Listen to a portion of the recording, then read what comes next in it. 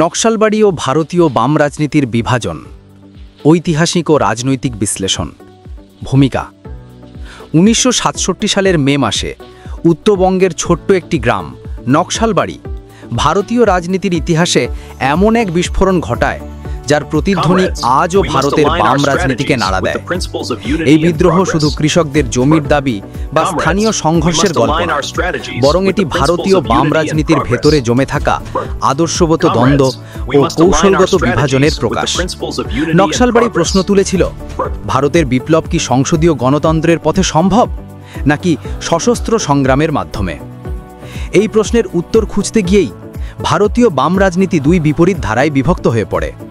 একদিকে ছিল সিপিআইএম, যারা সংসদীয় রাজনীতির ভেতর থেকেই গণ আন্দোলনের পথ বেছে নেয়। অন্যদিকে ছিল নকশালপন্থী বিপ্লবীরা, যারা বলেছিল নকশালবাড়ি পথ দেখিয়েছে ভারতের মুক্তির পথ। প্রথম পর্ব, স্বাধীনতা পরবর্তী বাম রাজনীতির প্রেক্ষাপট। স্বাধীনতা পরবর্তী ভারতে কমিউনিস্ট আন্দোলনের পথ ছিল কঠিন। 1948 সালে সিপিআই নেতৃত্বাধীন দল সশস্ত্র সংগ্রামের আহ্বান জানায়। তেলেঙ্গানা, ত্রিপুরা, মালাবার অঞ্চলে কৃষক বিদ্রোহ ছড়িয়ে পড়ে, কিন্তু রাষ্ট্রীয় দমন ও পার্টির অভ্যন্তরীণ বিশৃঙ্খলার ফলে সেই পথ ব্যর্থ হয়। এরপর 1951 সালের পুনর্মূল্যায়নে পার্টি সিদ্ধান্ত নেয় ভারতে গণতান্ত্রিক রাজনীতির সুযোগ কাজে লাগিয়ে জনগণের মধ্যে সংগঠন গড়ে তুলতে হবে। তখন থেকেই সংসদীয় সংগ্রাম ও বিপ্লবী সংগ্রামের দ্বৈত কৌশল গড়ে ওঠে।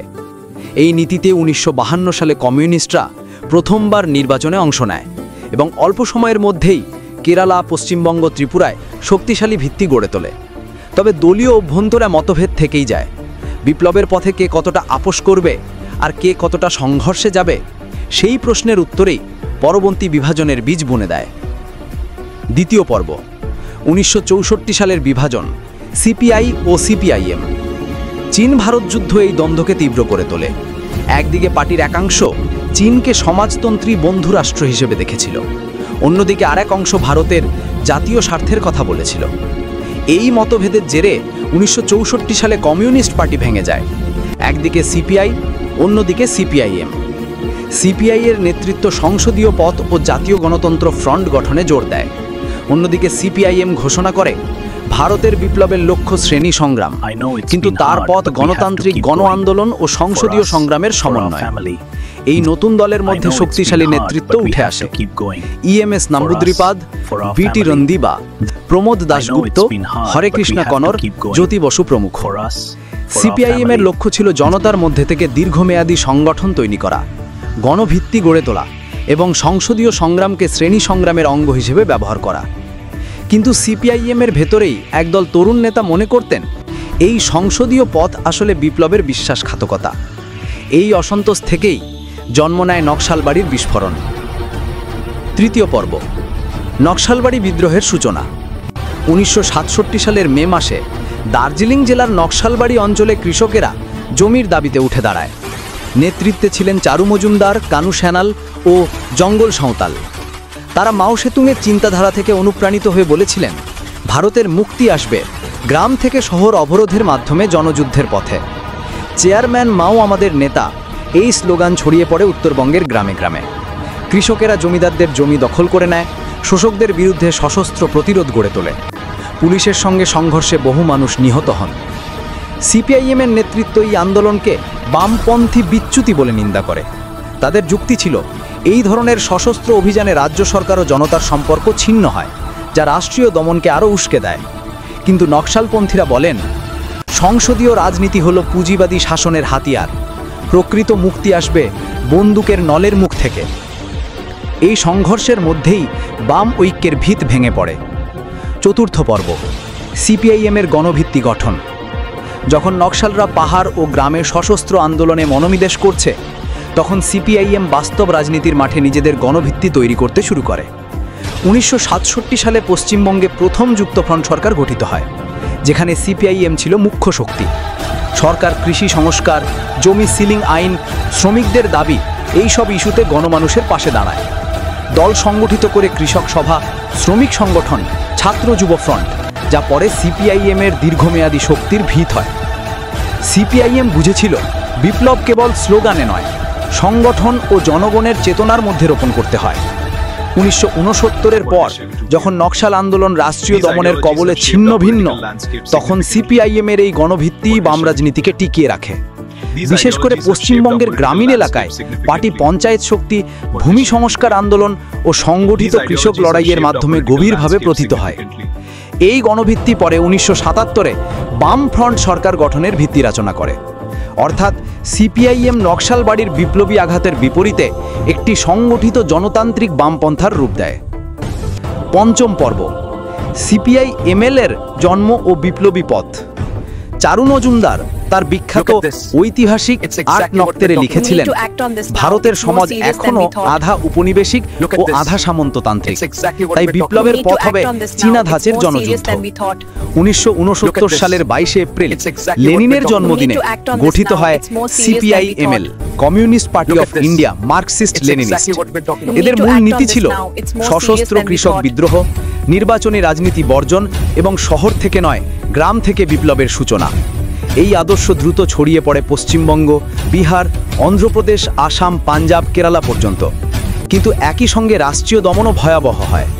1970 থেকে 72 সালের মধ্যে হাজার হাজার কর্মী নিহত বা গ্রেপ্তার হন। চারু মজুমদার 1972 সালে পুলিশের হেফাজতে মৃত্যুবরণ করেন, যা প্রথম পর্যায়ের নকশাল আন্দোলনের অবসান চিহ্নিত করে।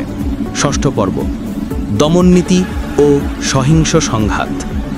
এই সময় পশ্চিমবঙ্গ কার্যত গৃহযুদ্ধের পরিস্থিতি দেখেছিল।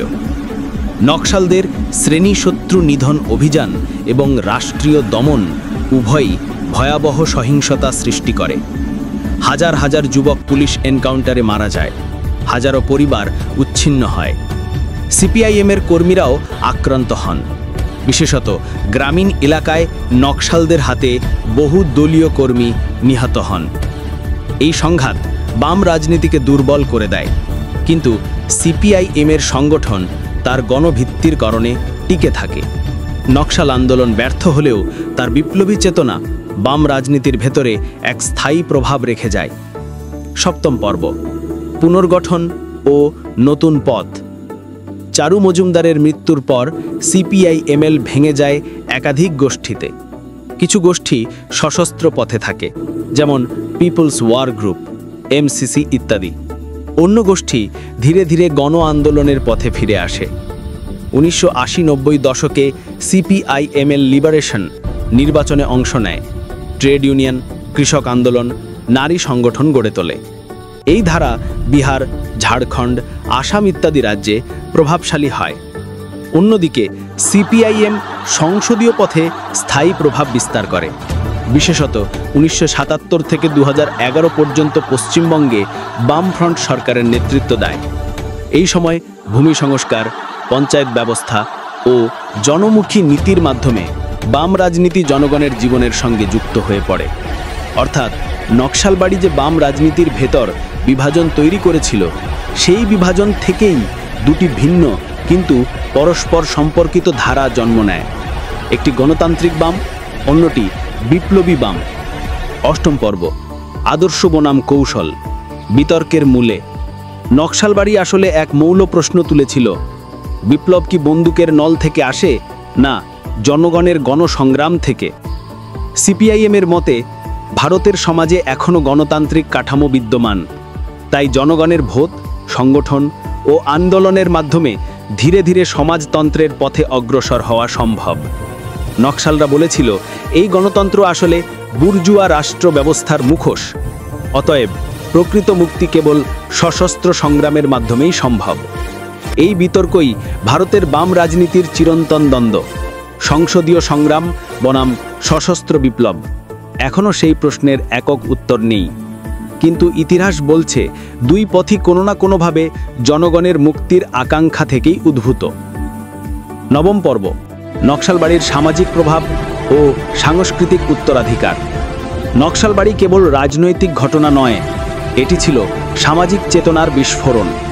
শহুরে মধ্যবিত্ত যুব সমাজ, ছাত্র সমাজ সবাই আন্দোলনের অংশ হয়ে ওঠে। বাংলা সাহিত্য, গান, নাটক, সিনেমায় এই আন্দোলনের ছায়া পড়ে। মহাশ্বেতা দেবী, সুনীল গঙ্গোপাধ্যায়, সমরেশ বসু, ঋত্বিক ঘটক, গৌতম ঘোষ, অনেক শিল্পী ও সাহিত্যিক তাদের সৃষ্টিতে নকশালবাড়ির অভিঘাতকে প্রকাশ করেছেন। বিপ্লব, শোষণ, রাষ্ট্র, ন্যায় এই শব্দগুলো নতুন অর্থে ব্যবহৃত হতে থাকে। গ্রামাঞ্চলে এই আন্দোলন জমির প্রশ্ন ও শ্রেণী সম্পর্ক নিয়ে নতুন বিতর্ক সৃষ্টি করে। রাষ্ট্রের ভূমিকা, ভূমিহীন কৃষকের অধিকার, দমননীতি সবই আলোচনার কেন্দ্রে আসে। আজও নকশাল শব্দটি একই সঙ্গে ভয় ও শ্রদ্ধার প্রতীক। নবম পর্ব, বিভাজনের উত্তরাধিকার ও ভবিষ্যৎ সম্ভাবনা। নকশালবাড়ির পর থেকে ভারতীয় বাম রাজনীতি আর কখনো একতাবদ্ধ হয়নি। তবুও বাম রাজনীতির দুই ধারাই, সংসদীয় এবং বিপ্লবী, ভারতের গণতন্ত্রে শ্রমিক কৃষকের প্রশ্ন, ভূমি, শিক্ষা, স্বাস্থ্য, অধিকার এই সব ইস্যু টিকিয়ে রেখেছে। সিপিআইএমের গণভিত্তিক সংগঠন ও নীতির ধারাবাহিকতা বামপন্থাকে জনজীবনে টিকিয়ে রেখেছে। আর নকশালবাড়ির বিপ্লবী চেতনা বারবার স্মরণ করিয়ে দেয়, সংগ্রাম ছাড়া মুক্তি নেই। অতএব নকশালবাড়ি শুধু একটি গ্রামের নাম নয়, এটি এক রাজনৈতিক প্রতীক, যা আজও বলে বিপ্লব কখনো মরে না, সে শুধু রূপ বদলায়।